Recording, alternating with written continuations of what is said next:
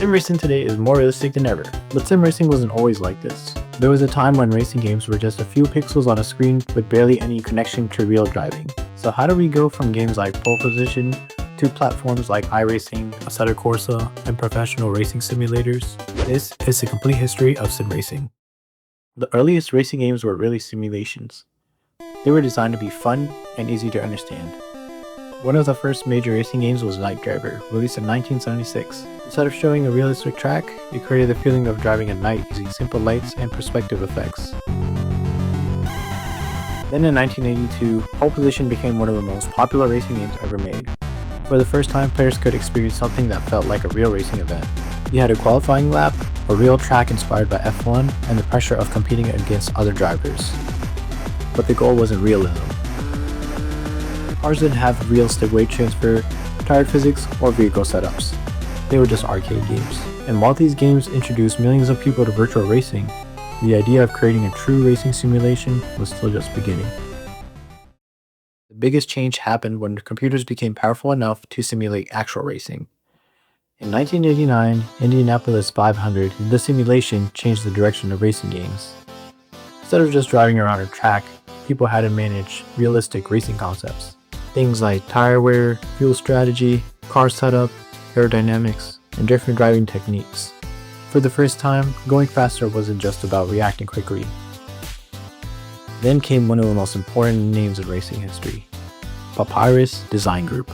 Papyrus created some of the most influential racing simulations ever made, including IndyCar racing, NASCAR racing, and Grand Prix Legends. Grand Prix Legends, released in 1998, was especially important. It simulated 1967 Formula 1 cars, which were incredibly difficult to drive. The car had no assists, huge amounts of power, and were so hard to control. Many players found it frustrating, but that's exactly what made it special. For the first time, a racing game wasn't trying to make you feel like a superhero. It was trying to make you feel like a racing driver. The next major evolution came from the internet. Before online multiplayer, sim racing was mostly a solo experience. But as the internet grew, people could finally race against each other from around the world. This era included some legendary titles, games like Live for Speed or Live for Speed, R Factor, GTR, and GTR 2, and you also got Richard Burns Rally. But one of the biggest breakthroughs was R Factor. Instead of being just one racing name, it became a platform where the community could create modifications. People could build their own cars, tracks, and racing experiences. This helped create the massive modding community that still exists today. At the same time, consoles were introducing a whole new audience to realistic driving. The Gran Turismo series became known as a real driving simulator and brought realistic cars and physics to millions of players. Meanwhile, Forza Motorsport gave Xbox players a similar experience. Sim racing was no longer a small PC hobby. It was becoming mainstream. In 2008, a new platform changed competitive sim racing forever: iRacing. Instead of focusing on single-player racing, iRacing was built around organized online competition. It introduced systems that made online racing feel closer to real motorsport. Things like official race schedules, driver ratings, safety ratings, licensed racing series, and laser scan tracks. The biggest difference was that iRacing treated online racing seriously. Crashing wasn't something that happened, it had consequences.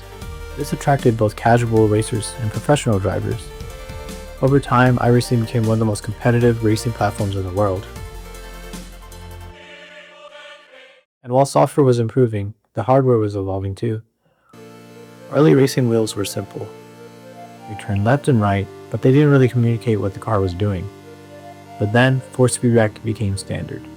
Suddenly, drivers could feel tire grip, curves, understeer, and oversteer. But then after that came direct drive wheels. So instead of using belts or gears, these wheels connected directly to powerful motors. And the result was a level of realism that was impossible before. And just as the wheels improved, the pedals did too. Load cell brake pedals allowed drivers to brake based on pressure instead of pedal travel, making braking much closer to a real race car. And then after that, VR entered the scene. For the first time, drivers could look into corners, judge distance naturally, and feel completely immersed inside the car. The simulator wasn't a game anymore, it became a training tool. The biggest sign that sim racing had changed was when the real racing world started taking it seriously. Professional drivers began using simulators to prepare for races. Teams started building advanced driver-in-the-loop simulators. and esports competitions started offering real prize money and professional opportunities. During the COVID-19 pandemic, sim racing exploded even further. With real racing paused, professional drivers moved online. F1 drivers, NASCAR drivers, and endurance drivers competed in virtual events watched by millions of fans. Sim racing wasn't just pretending to be motorsport, it became another form of motorsport. So where does sim racing go from here? The future is likely going to bring even more realism. Better physics engines, smarter AI opponents, more advanced force feedback, more realistic motion systems. The biggest change, in my opinion, is that sim racing is no longer trying to replace real racing, it's becoming a bridge to it. So what started out as a few pixels moving across the screen has evolved into one of the most realistic forms of virtual competition ever created. From arcade cabinets to professional racing simulators, sim racing has spent decades chasing one goal: making people feel what it's like to drive a race car. And the crazy part is, we're probably still only at the beginning. That's pretty much it for this video. If you guys enjoyed it, please leave a like and subscribe. I'm trying to get to 1,000 subs before the end of the year. But yeah, that's pretty much it. Peace.